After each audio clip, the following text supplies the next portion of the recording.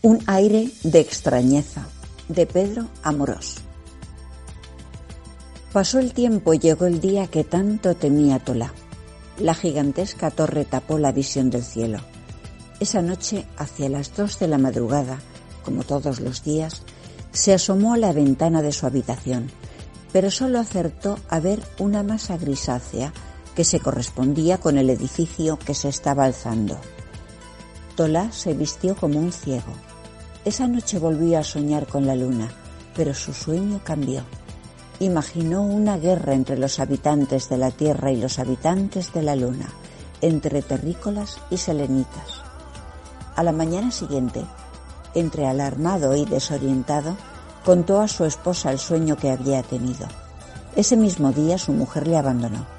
Tolá dejó de acudir al trabajo. Aislado del mundo, decidió hacer un agujero en el techo de su habitación para poder contemplar el cielo por las noches. Pocos días después, un vecino del edificio observó asombrado un enorme boquete en el suelo de la terraza.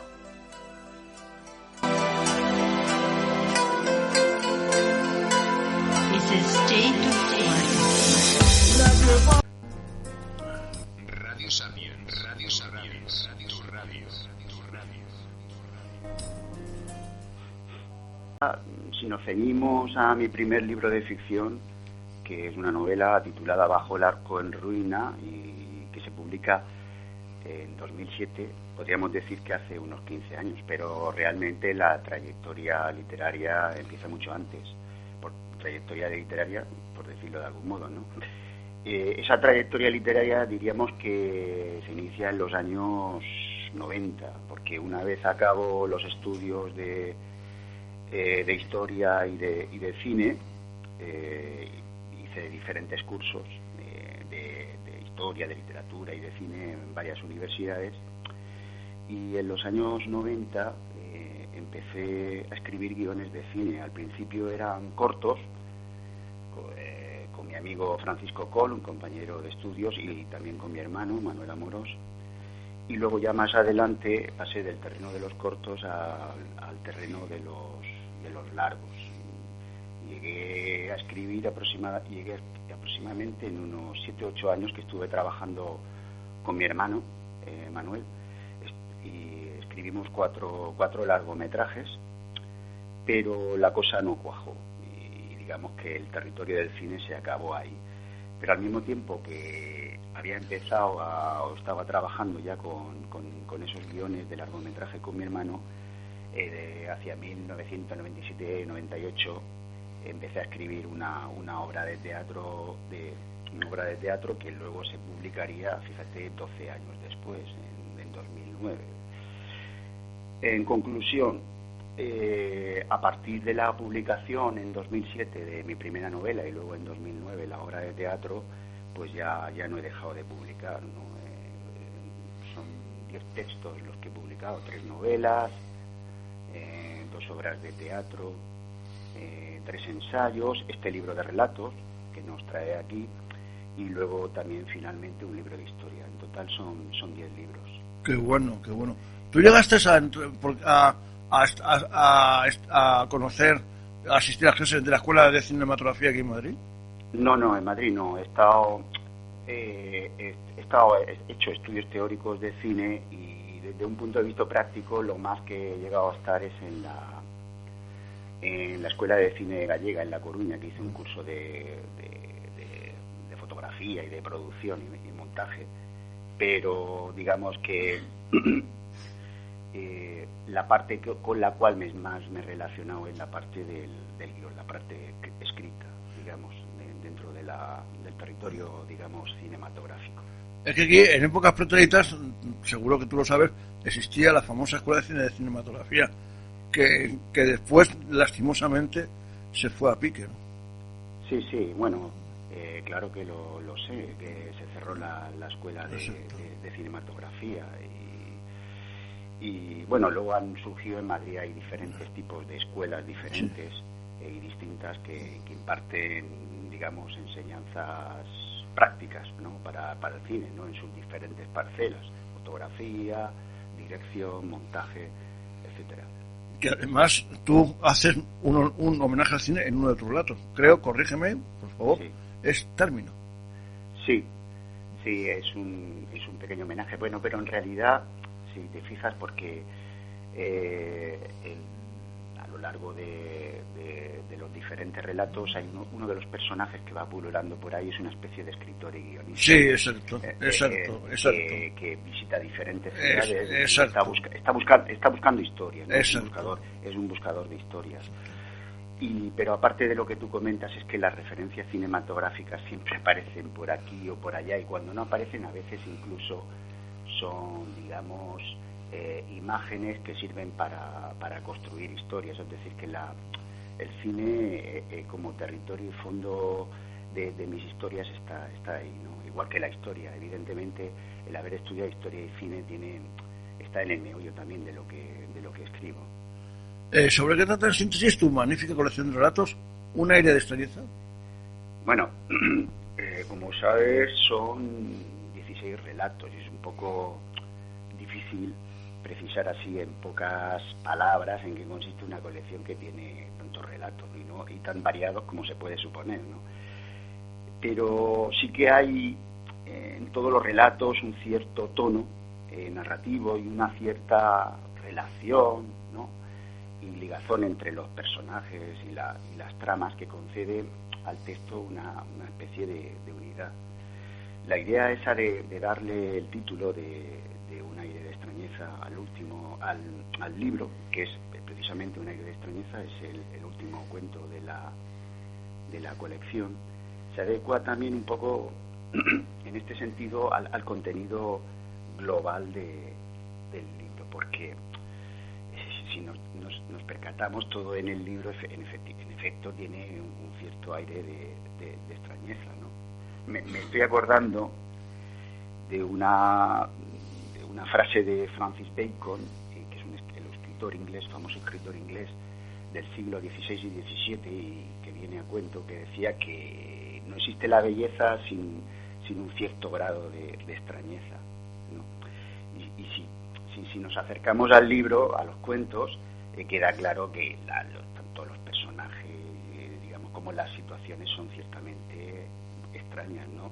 Pensemos, por ejemplo, en los personajes. Un hombre que sueña con la luna, ¿no? Por las noches, el hombre de la luna. Un profesor que resucita después de muerto y que durante unos instantes cuenta la historia de un viaje al fin del mundo, ¿no? A Japón. Un escritor que viaja por diversas ciudades y camina buscando historias, bordeando, como tú has comentado hace un momento, el tema del suicidio. Vamos a ver, si miramos todo esto nos damos cuenta de que todo resulta un poco extraño y desconcertante, ¿no? Yo creo que ese es el tono y la idea central del libro, ¿no? Crear un mundo de personajes ciertamente extraños, estimulantes, misteriosos y desconcertantes.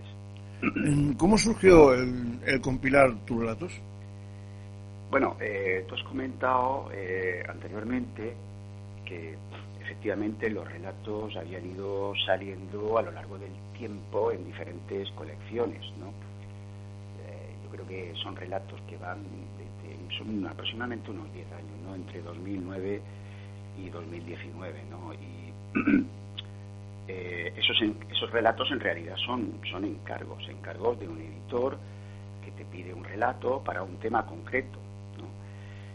El caso es que llevaba tiempo pensando en agrupar esos relatos, no solo porque había suficiente material para un libro, ¿no? Sino porque yo consideraba que existía una especie de unidad, de relación, de temas y de personajes que podía configurar esa unidad del libro.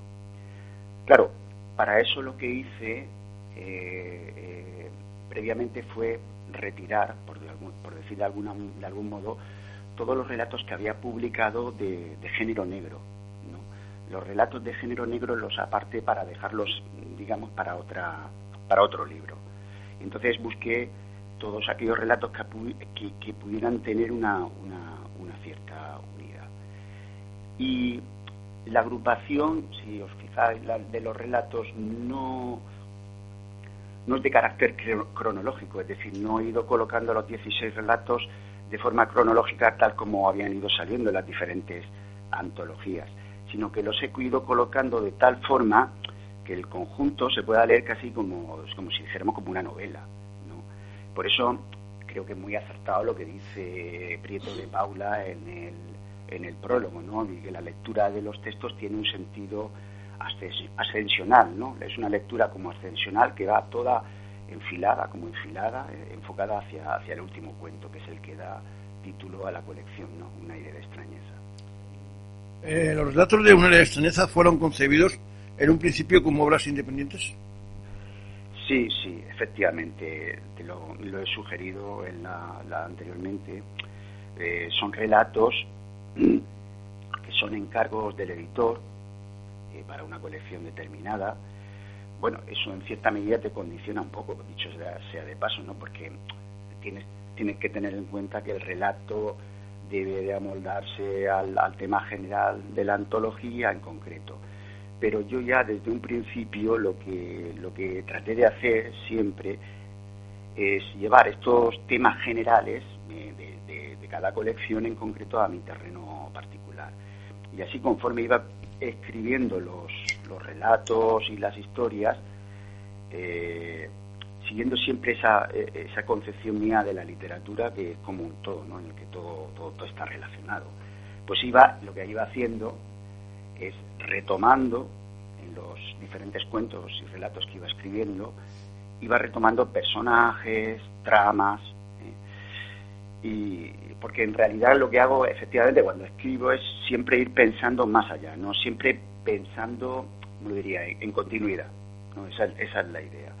Entonces por eso se puede leer todo como una especie de, todos los cuentos como una especie de mosaico que vas rellenando, ¿no? Como si fuesen 9 piezas que vas colocando hasta que el puzzle y el mosaico está completo, ¿no? Y entonces tiene más sentido el conjunto. De tal forma que tú puedes leer los relatos de forma independiente, pero si lees todo el conjunto, digamos, la visión es más amplia, todo se va iluminando, ¿no? Como poco a poco. A lo largo del libro aparecen personajes recurrentes en su obra, que vienen de otros libros suyos anteriores o que tienen vida en varios relatos. ¿Son acaso estos personajes reminiscencias de sus obsesiones? Así, de pronto, se nos ocurre el personaje que escribe guiones de cine, el autor que recibe encargos de editor, Isaac Aguado o Tola. Sí, es cierto que hay personajes, como ya hemos comentado hace un momento, que van pasando, por decirlo de algún modo, de un relato a otro. Por ejemplo, El hombre de la luna, que es Ricardo Tola, aparece en los primeros 5 relatos del libro, ¿no? Hay otros personajes que proceden de otras novelas, como es el caso de este misterioso personaje femenino, Selina, o el profesor Adán Arabá, que son personajes que ya aparecen en mi primera novela, la de 2007, Bajo el arco en ruina. Es cierto también que muchas veces, al hilo de todo esto, me han preguntado qué relación puede tener estos personajes con mi propia realidad, ¿no? Al hilo de las obsesiones que estabas comentando, ¿no? Es decir, que hay autobiográfico en mi narrativa. Bueno, este es un tema muy interesante, muy actual, porque es evidente que la narrativa contemporánea tiene mucho de autoficción, ¿no? Que es el término que se ha, digamos, generalizado.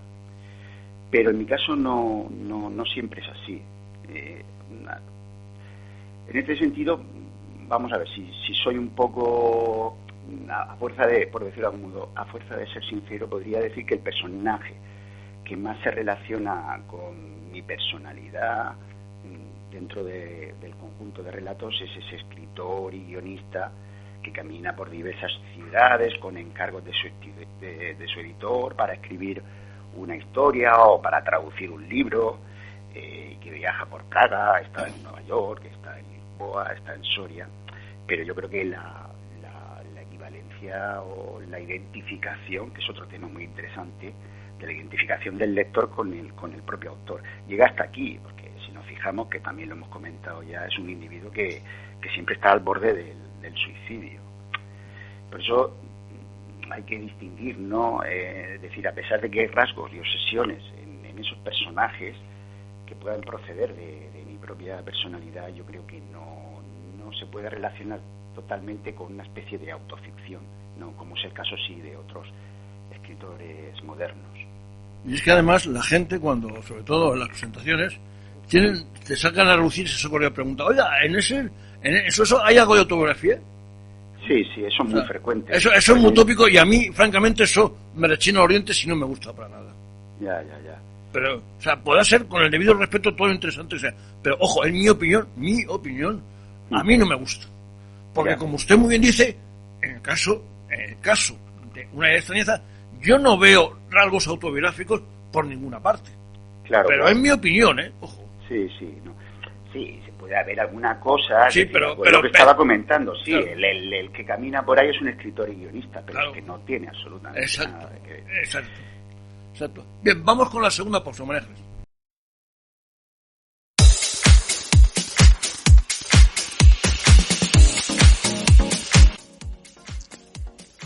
Ahora se encontraba en una suerte de pequeño edificio que hacía las veces de templo donde se iba a celebrar una ceremonia.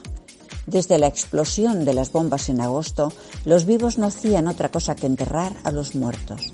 Los cadáveres eran incinerados y las cenizas, colocadas en cajas, eran entregadas a los familiares. El ritual de recogida de los restos era sencillo y frío. La caja pasaba de la familia a una muchacha virgen.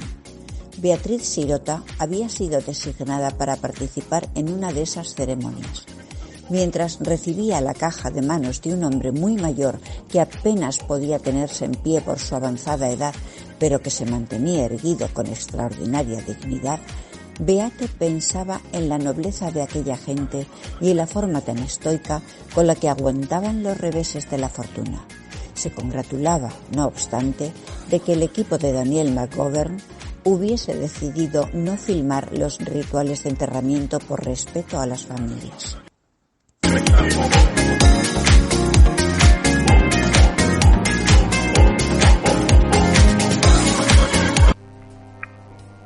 Estás escuchando Radio Sabio. Descarga en tu móvil la aplicación de iVoox y suscríbete a nuestro podcast Letras Encadenadas. Nos podrás escuchar cuando quieras.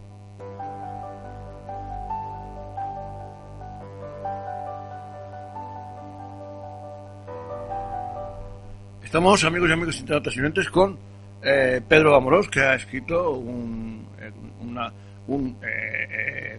cuentos, unos relatos, una compilación, que en sí es una compilación de relatos que se titula Un aire de extrañeza y que lo ha editado Cuadernos del Laberinto.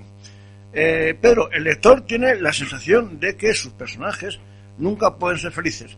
Siempre habitan zonas tristes, padecen amores no correspondidos, se relacionan con el mundo a través de la soledad o no entienden el mundo. ¿Es que la felicidad no es literaria o es que es usted un melancólico pesimista? Bueno, bien, ya que preguntas esto, bueno, en primer lugar, te he de decir que siempre he tratado un poco de apartarme de un tipo de literatura sentimental que se practica muy a menudo. Siempre he pensado, por ejemplo, que los buenos sentimientos no sirven por sí mismos para construir buena literatura. No tiene nada que ver una cosa con la otra. Dicho esto, es cierto que quizás me podría definir hasta cierto punto como un nostálgico melancólico, ¿no? Pero en ningún caso pesimista. Yo creo que todo esto es fruto de una visión que trato de aplicar a los personajes y a las cosas. ¿Para qué? Para que se sitúen en una dimensión distinta. Por eso, las referencias realistas son mínimas. No son cuentos costumbristas. El propio Prieto de Paula en el prólogo escribe que estamos lejos de lo que él llama el realismo costroso, ¿no? Es decir, estamos en un territorio diferente. Y es porque a mí me gusta dotar a las historias de un aire de ensoñación, de irrealidad, de extrañeza, claro. por eso yo creo que todas las historias, los personajes que van pululando por los relatos deben de ser pensados, valorados con otras categorías. Esa es la cuestión. A mí me interesa, dicho, como ya he dicho, que soy un melancólico nostálgico en cierta medida, sí que es cierto que lo que me gusta es situar a los personajes como en una dimensión que diferente, ¿no? Es decir, que les va alejando de la realidad, por circunstancias, ¿no? Por unas circunstancias u otras van como alejándose. El prólogo de Una aire de extrañeza es de Ángel L. Prieto de Paula, quien fue su profesor de literatura. ¿Qué puede decirnos sobre esta relación y el prólogo? Bueno, el prólogo es extraordinario. Prieto de Paula efectivamente me dio clases de literatura en los años 80 y como profesor ya ejerció una gran influencia, no solo sobre mí, lo pueden corroborar los alumnos que han recibido clase de él, entre los que me incluyo. Es catedrático de literatura en la Universidad de Alicante, crítico literario en Babelia, ¿no? En El País, aunque ahora ya se lo ha dejado, porque ha estado muchos años haciendo reseñas, sobre todo de libros de poesía en Babelia. Y por supuesto es un gran escritor. Nuestra relación, digamos, que se hizo más fuerte, sobre todo a partir del momento en que yo empiezo a publicar en 2007, porque desde ese justo momento empecé a mandarle a su casa los libros que iba escribiendo, ¿no? Uno detrás de otro. Y bueno, a partir de ahí se fue fortaleciendo, digamos, nuestra relación literaria y de amistad, como puedes suponer. Ha participado en Alicante en varias presentaciones de mis libros y yo creo que ha influido mucho porque yo recuerdo que en sus clases hablaba sobre todo de la precisión, ¿no? En la búsqueda a la hora de escoger las palabras adecuadas. Esa precisión siempre he tratado de llevarla a rajatabla. Y por eso, bueno, desde hace 15 años, desde que empecé a publicar la primera novela, pues la relación, como ya he dicho, se ha fortalecido, el diálogo literario, la amistad y todo lo demás. Sabemos que es usted un gran estudioso de la cultura clásica, sobre todo de Platón, al que dedicó al estudio La tradición de Platón, con prólogo de Luc Brisson, considerado como uno de los más importantes platonistas del mundo. Explícanos por qué la cultura griega y Platón nos sigue pareciendo tan fascinantes e importantes hoy en día. Bueno,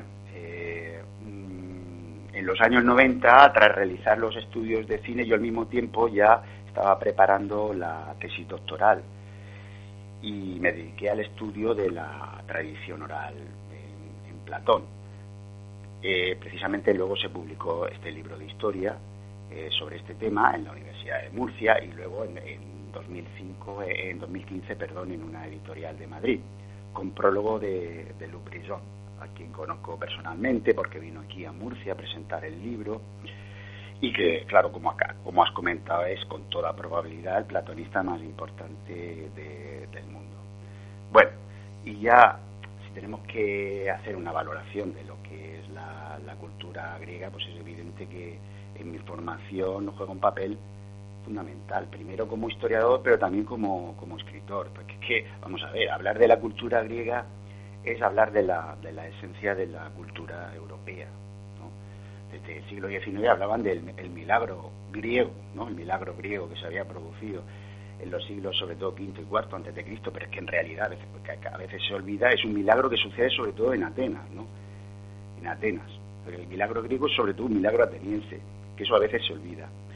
Bueno, y es un milagro en el que se dan las condiciones necesarias para el desarrollo, sabemos todos, de unas cuestiones que son fundamentales, la democracia, el diálogo político, la ciencia, la filosofía, la historia, la poesía, el teatro. Eso es una cosa absolutamente increíble, ¿no? Es decir, pero es que además todo esto se manifiesta todo al mismo tiempo y con una fuerza, pues una fuerza bestial, ¿no? Una fuerza inaudita, como nunca había ocurrido y nunca más volverá a suceder hasta el siglo XIV y XV en Italia, ¿no? En el Renacimiento italiano. O sea que es un acontecimiento, digamos, cultural que no tiene precedentes. Y bueno, ¿y qué decir de Platón? Pues Platón es el eje, el centro de todo este florecimiento. En él se fundamenta pues el saber, el conocimiento, la filosofía. Y aquí hay una cosa muy interesante, porque la filosofía con Platón surge como una especie de diálogo, ¿no? Que esta es la palabra clave. Y luego la filosofía ha seguido, digamos, un rumbo diferente, que es un rumbo más, como digamos, más sistemático. Sin embargo, la filosofía, cuando surge con Platón, surge con un carácter dialógico, ¿no? Es decir, de diálogo, ¿no? De una cuestión abierta, nunca cerrada. El pensamiento siempre abierto, ¿no? En diálogo sobre cualquier tema, ¿no? Eso es una experiencia, digamos, que tiene unas consecuencias y digamos, tremendas, ¿no? Para la cultura europea. ¿En qué género se encuentra más cómodo? ¿En la novela o en el relato? Bueno, en realidad en los dos me siento cómodo. Quizá vaya... bueno, habría que recordar, antes que nada, que hoy en día hay una tendencia a difuminar los géneros, pero sí que es cierto que si tuviera que hablar, me siento un poco más libre, no, aunque no, quizá no sea la palabra correcta, libre entre comillas, escribiendo relato. Y esto tiene una explicación bastante sencilla, y es que mi estilo, por decirlo algo, porque no me gusta mucho hablar de estilo, tiene un tono poético, ¿no? Un aliento poético. Y quizá por eso tiendo a escribir textos breves. De hecho, mis novelas, las 3 que he publicado, son novelas, digamos, de corto aliento, de corto recorrido. Son novelas cortas, ¿no? Lo que llaman los franceses nouvelles, ¿no? Vamos, que no son grandes novelas de largo recorrido. En cualquier caso, como ya te comento, me siento cómodo en todos los géneros. Me da igual la novela que el relato, que el drama histórico, que el ensayo. Todos me resultan, digamos, apetecibles, por decirlo de algún modo. Y nada, voy variando porque me gusta variar, ¿no? En función un poco de la historia que lleve entre manos, ¿no? De aquello que quiera contar. Y siempre es el inicio, el tono de la historia el que me da la pauta, ¿no?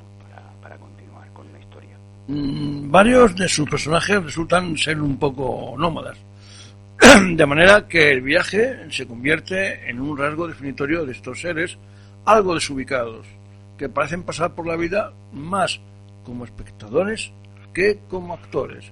¿Es la vulnerabilidad de verse alejados del entorno habitual lo que busca al presentarnos a estos viajeros, o el acicate para su capacidad de observación que supone todo viaje? Mientras te escuchaba me estaba acordando de una historia.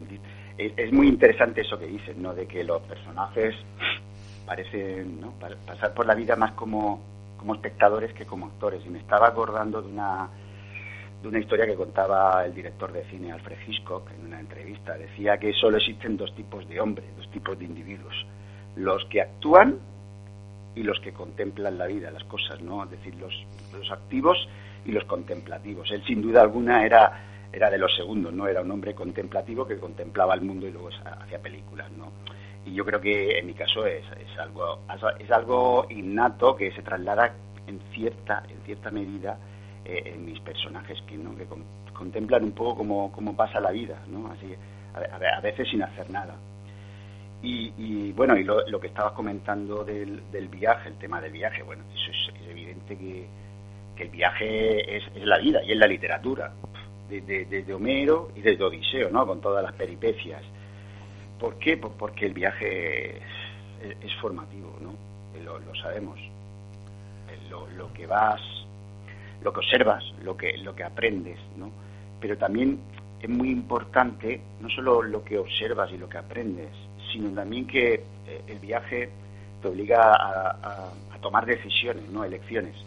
Y esas elecciones que tomas digamos, te definen como individuo, ¿no?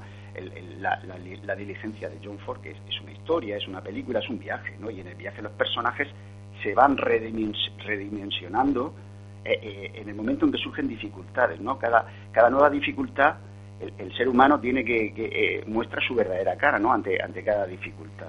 Y eso es lo que tiene el viaje, que no solo es formativo, sino que digamos, define al ser humano, ¿no?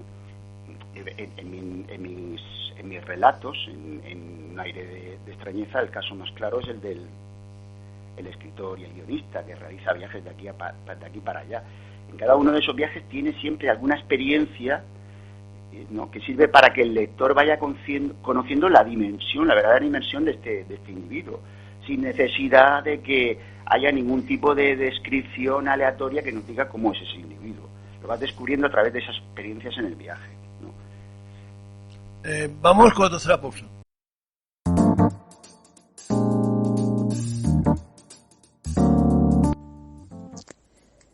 Ahora se encontraba en una suerte de pequeño edificio que hacía las veces de templo donde se iba a celebrar una ceremonia. Desde la explosión de las bombas en agosto, los vivos no hacían otra cosa que enterrar a los muertos. Los cadáveres eran incinerados y las cenizas, colocadas en cajas, eran entregadas a los familiares. El ritual de recogida de los restos era sencillo y frío. La caja pasaba de la familia a una muchacha virgen. Beatriz Sirota había sido designada para participar en una de esas ceremonias. Mientras recibía la caja de manos de un hombre muy mayor que apenas podía tenerse en pie por su avanzada edad, pero que se mantenía erguido con extraordinaria dignidad, Beate pensaba en la nobleza de aquella gente y en la forma tan estoica con la que aguantaban los reveses de la fortuna. Se congratulaba, no obstante, de que el equipo de Daniel McGovern hubiese decidido no filmar los rituales de enterramiento por respeto a las familias.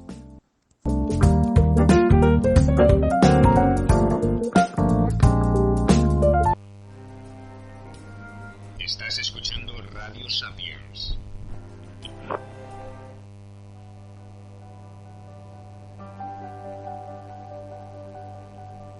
Descarga en tu móvil la aplicación de iVoox y suscríbete a nuestro podcast Letras Encadenadas.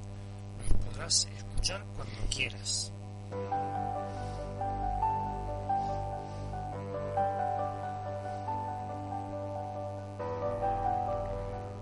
Estamos, amigos y amigas internautas con el escritor Pedro Amorós, que ha escrito una antología de relatos que se llama Un aire de extrañeza, que ha editado Cuadernos del Laberinto.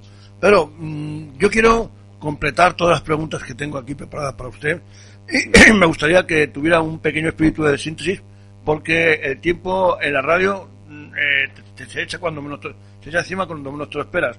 Entonces le pido, por favor, ese pequeño esfuerzo con todo respeto.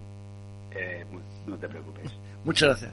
Que si bien la historia tiene muchísimas interpretaciones, los hechos simplemente son, a veces, la rigurosidad del historiador entró en conflicto con el vuelo libre del escritor. ¿Perdona? Sí, si bien la historia tiene muchísimas interpretaciones, los hechos simplemente son, a veces la rigurosidad del historiador entró en conflicto con el vuelo libre del escritor. Sí, bueno, ya lo decía el propio Aristóteles, ¿no? De la sensación esa de que él decía de que la poesía, y es decir, el mito, tienen más fuerza que la historia, ¿no? Y en eso radica un poco la disyuntiva, ¿no? Cuando el vuelo creativo de la poesía y del mito se lanza, tiene muchísima más fuerza. De hecho, el público y el lector prefieren el mito a la historia, ¿no? Estoy acordándome ahora de la película esa, El hombre que mató a Liberty Balance, ¿no? Por poner un ejemplo, ¿no? Que es una historia preciosa y una película maravillosa, ¿no? Es decir, cuando el periodista conoce la historia verdadera, no cambia el mito, porque cuando el mito se ha establecido, la gente, el lector y el público prefiere el mito a la historia. En Un aire de extrañeza, los personajes y los temas se vinculan entre sí. ¿Por qué decidiste entrelazarlos? Bueno, eso es una idea que forma parte de mi visión de la literatura como un todo, ¿no? La idea de que cuando haces una cosa tiene que tener continuidad, ¿no? Esa idea de la continuidad.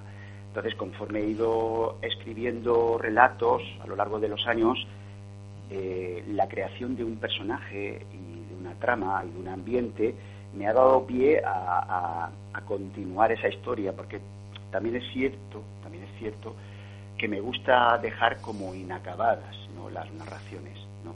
Y eso me permite luego ir rellenando los huecos, sugiriendo cosas que luego desarrollo más adelante en otras narraciones.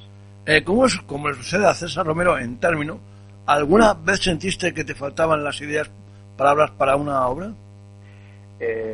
No, eso es una idea literaria.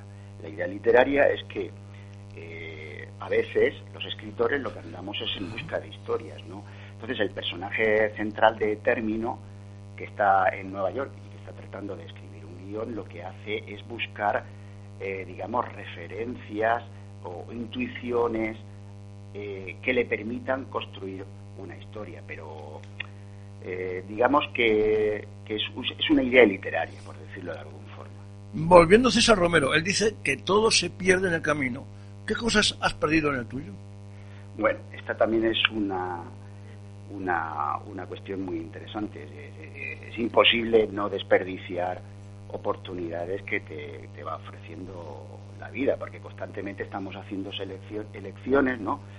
Y para bien o para mal estamos abandonando posibilidades que surgen por otro lado. Es decir, por ejemplo, en 2001, por ser concreto, no acepté una plaza de profesor en la Universidad de Castilla-La Mancha, o no surgió esa posibilidad porque, bueno, por razones personales. Quiero decir, y esto es una cuestión, digamos, aleatoria, pero digamos que la vida está llena de elecciones y evidentemente de oportunidades perdidas. Y hay que ser consciente de ello. A mí me hace mucha gracia el ser humano, porque tendemos la tendencia, nos damos cuenta de que a veces nos hemos equivocado, pero tendemos siempre a justificar todas las acciones y decisiones que vamos tomando. Sí, estoy totalmente de acuerdo con usted, Pedro. Somos muy poco autocríticos, total. El ser humano, por lo general, esto que le digan, oye, es que tal, no sabe reconocer sus errores, no. No, es que hay una tendencia a justificar todas las decisiones que tomamos, cualquiera. Exacto. Aunque luego, con el paso del tiempo, nos demos cuenta de que nos hemos equivocado. No pasa nada, no cuesta nada reconocerlo. Exacto. Que Platón en el Gorgias considera solo dos ideales de vida: vivir para el placer o vivir para el ideal moral. Si pudiera acompañarte en un paseo por una gran ciudad, ¿qué piensas que dirías sobre la vida actual? ¿Qué diría sobre la vida actual? Pues seguramente se quedaría un poco asombrado por el giro que lleva la vida actual. Sobre todo, yo creo, está relacionado más que nada con el excesivo ritmo de vida que llevamos, porque es evidente que en el mundo antiguo el ritmo de vida y la sensación eran como de mayor tranquilidad y de sosiego, ¿no? De como contemplar las cosas. Ese contemplar las cosas se está perdiendo, ¿no? Todo es como muy rápido, todo tiene que ser ligero y rápido, ¿no? Entonces yo creo que eso es lo que más le llamaría la atención, ¿no? Es decir, la sensación de que con esa rapidez se pierde capacidad de reflexión, que es lo que se está perdiendo hoy en día, ¿no? Capacidad de concentración, lo vemos permanentemente, ¿no? Es decir, esa capacidad de reflexión y de concentración se pierde en el momento en que vas pasando de una cosa a la otra, ¿no? Con una rapidez asombrosa. No hay reposo. O sea, yo creo que eso es lo que más le llamaría la atención, ¿no? La falta de quietud y de reposo. Tras un aire de extrañeza, acaba de publicar el libro de ensayos literarios El tiempo detenido. Háblenos de este libro, que ya va por la segunda edición. ¿Cómo lo describiría y qué destacaría de él? Relátenos algunas de las historias que aparecen en él. Bueno, El tiempo detenido es una colección de pequeños ensayos, de historias, de narraciones, que se publicó hace justo un año, en diciembre del año pasado. Lo publicó Alicia Ares en Cuadernos del Laberinto, en una edición preciosa.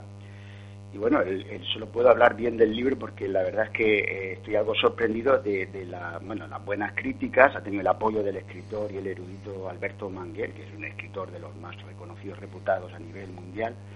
Y bueno, el libro es, como digo, una serie de pequeñas historias a propósito de libros, de escritores, de cineastas. Igual hablo de Kurosawa, el director de cine, que de Ferlosio, que hablo de la Odisea de la Plata española en el siglo XVI, que de la melancolía de Alarra. Quiero decir que son temas muy, muy variados. Yo diría que es un conjunto de narraciones y de historias. De hecho, el libro, y está hecho a propósito, se abre con una historia y se cierra con una historia. La historia que abre el libro es la que imagino cómo sería mi ciudad, es decir, Murcia, dentro de 30 años, en el futuro. Y el tiempo detenido se cierra con una narración también, que es la historia de un soldado alemán de la Primera Guerra Mundial, que fallece en el campo de batalla, pero que misteriosamente, mientras sus compañeros tratan de reanimarlo, parece que como si hubiera resucitado. Eso me llamaba la atención. Yo había leído esa historia en un libro de Ernst Junger, en un libro muy famoso, que es Tempestades de acero. Y el soldado resucita y canta una canción. Canta unas pequeñas estrofas, ¿no? Que dicen algo así como: somos los reyes del momento, ¿no? Una raza señalada. Y era algo que me parecía patriótico, pero que claro, en la situación en la que surge, me parecía al mismo tiempo muy irónico, ¿no? Bueno, en el libro pues también están los escritores y obsesiones particulares, ¿no? Natalia Ginzburg, Stefan Zweig, Roberto Calasso, Sánchez Ferlosio. Y nada, estoy muy contento porque el libro pues ha funcionado bien dentro de los límites de la influencia que puede ejercer un libro de estas características. Bien, vamos con la última pausa, María Ángeles.